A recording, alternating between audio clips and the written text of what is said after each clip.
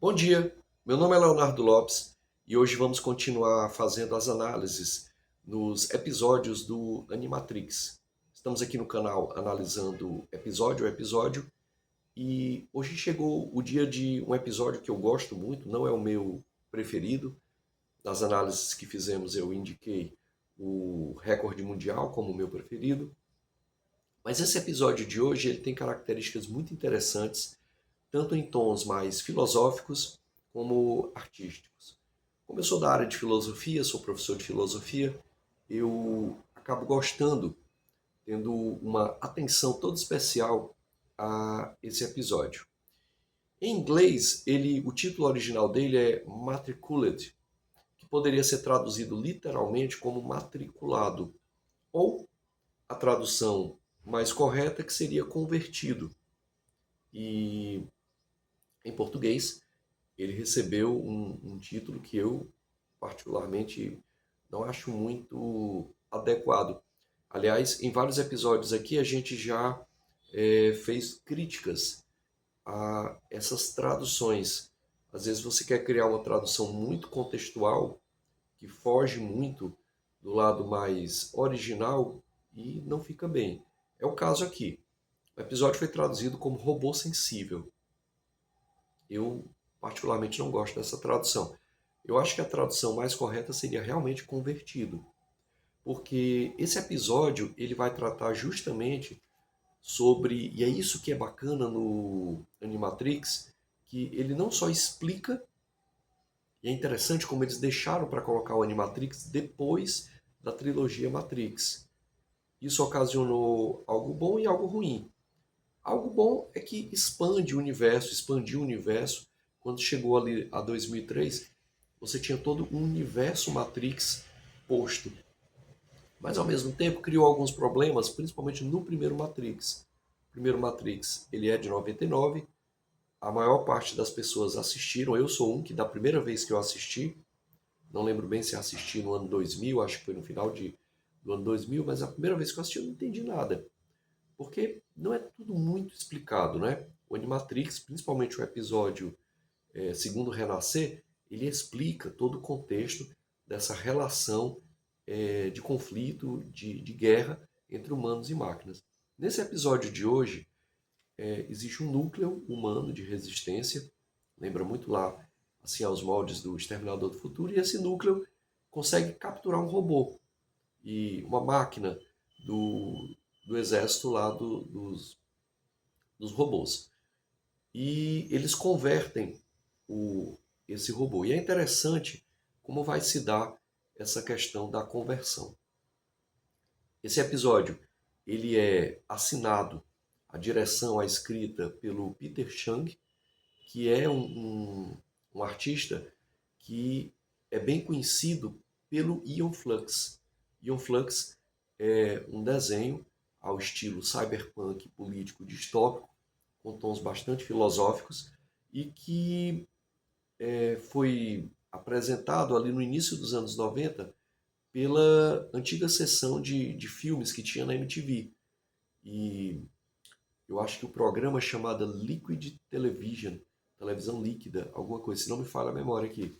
Eu particularmente só vim conhecer o Ion Flux em 2008, gostei, na época eu estava fazendo ainda graduação em filosofia, ele tem uma pegada bastante filosófica, que vai ter aqui também do Robô Sensível, porque é assinado pelo Peter Chung.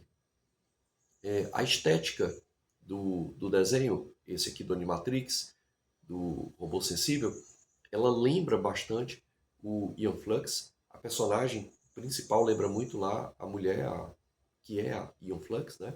A personagem principal. Os outros personagens também lembram bastante. Certas tiradas satíricas, irônicas ou de nonsense, né? Era algo que aparecia muito lá no Ian Flux. Você tem algo muito sério tratado e de repente aparece uma coisa completamente nonsense, fora da realidade. Isso aparece aqui, por exemplo, quando a personagem vence, o robô vai ser convertido, e aí aparece uma plateia batendo palmas. Quer dizer, um negócio assim nada a ver. Mas ele gosta de colocar essas tiradas.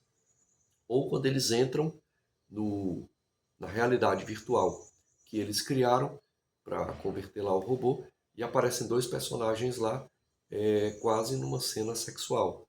Quer dizer, um negócio assim meio fora da realidade, mas é uma característica desse autor e que aparecia muito lá no Aeon Flux. Só um detalhe, tanto no Aeon Flux como aqui, a referência principal do Peter Chang é um autor expressionista, se não me engano, austríaco, do início do século XX, chamado Egon Schiele, do qual ele retira essa estética toda diferente. Quem assiste vai perceber que tem uma estética bastante diferente dos personagens. A referência principal é lá do Egon Schiele. É interessante os tons filosóficos que são colocados aqui. Antes deles começarem o processo de conversão do robô, tem um debate entre o cientista principal e a guerreira lá que capturou o personagem, né, o robô sensível. E lá ela diz assim, olha, a gente tem muito trabalho para capturá-lo, ele é diferente, que tal a gente converter logo ele à força? Né, uma conversão à força. E aí o cientista diz assim, não, é melhor que ele escolha. Quer dizer, a questão do livre-arbítrio, são os tons filosóficos que são colocados. E aí ela lança outra questão, dizendo, olha, mas não vai ter livre-arbítrio porque nós vamos impor a ele um tipo de realidade virtual que é nossa. Ele vai achar que está escolhendo livremente, mas na verdade ele não está escolhendo livremente. E aí o cientista meio que concorda, entre aspas, e diz assim, mas para um robô, toda realidade é virtual. Então tanto faz se ela for criada pela gente ou por qualquer outra, ele sempre vai ser virtual, então ele vai poder escolher. Né? Aqui tem uma questão filosófica bem interessante, né? Nós podemos escolher livremente, mesmo quando estamos em uma realidade que é falsa, que é mentirosa. E aí termina a personagem lá dizendo, realmente eu só sei que sonhos apontam para uma realidade e só sei que a minha mente é real. Como se dissesse, eu não sei se nada mais aqui é real. Isso aqui aponta para René Descartes, o pai da modernidade, autor da famosa frase eu penso, logo existo, quando ele, no seu processo de dúvida metódica, inicialmente coloca tudo em dúvida e vai dizer que somente a sua mente, somente a sua atividade mental é que ele pode confiar. Né? Então tem esses tons filosóficos, tem esses diálogos filosóficos, mas ao mesmo tempo muita ação, que se mostra quando os robôs inimigos invadem o perímetro, e aí eles destroem tudo, matam inclusive as pessoas, e só sobra o robô sensível. Só que aí ele emerge já convertido. Tenta ainda fazer uma ligação cósmico-mística com uma das personagens lá, que ele meio que se apaixona por ela. Aqui tem um lance bem interessante, né? Quer dizer, um apaixonar-se entre robô e humanos, que é um tema que é clássico dentro de reunião de culturas diferentes. Né? A gente tem, por exemplo, a Pocahontas, nos Estados Unidos. Né? Entre os divergentes, o amor que surge. Né? Essa é uma outra questão. O caso é que ela morre e ele fica sozinho. E aí o episódio termina de uma forma bem dramática, que aponta para o que muitas vezes ocorre. Né? Pessoas se convertem, não só no sentido religioso, mas no sentido de pensamento, no sentido de ideias, de cosmovisões, mas muitas vezes, após essa conversão, elas são meio que abandonadas por aquelas instituições, sejam elas quais forem, políticas, filosóficas, religiosas, que pretendiam lhe dar apoio. Bom, esse é o robô sensível. Né?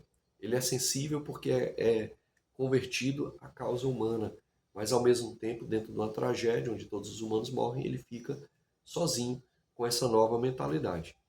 Se você gostou do material que trouxemos aqui, eu peço aquele basicão que toda pessoa que produz algum material no YouTube pede. Um compartilhamento, um like, um comentário. Vamos ficando por aqui e vamos nos aproximando já do final dos comentários. Se você quer assistir os outros comentários, temos comentários aqui sobre Segundo Renascer, Recorde Mundial, Coração de Soldado, entre vários outros episódios aqui que já trouxemos comentados em nosso canal. Valeu, muito obrigado.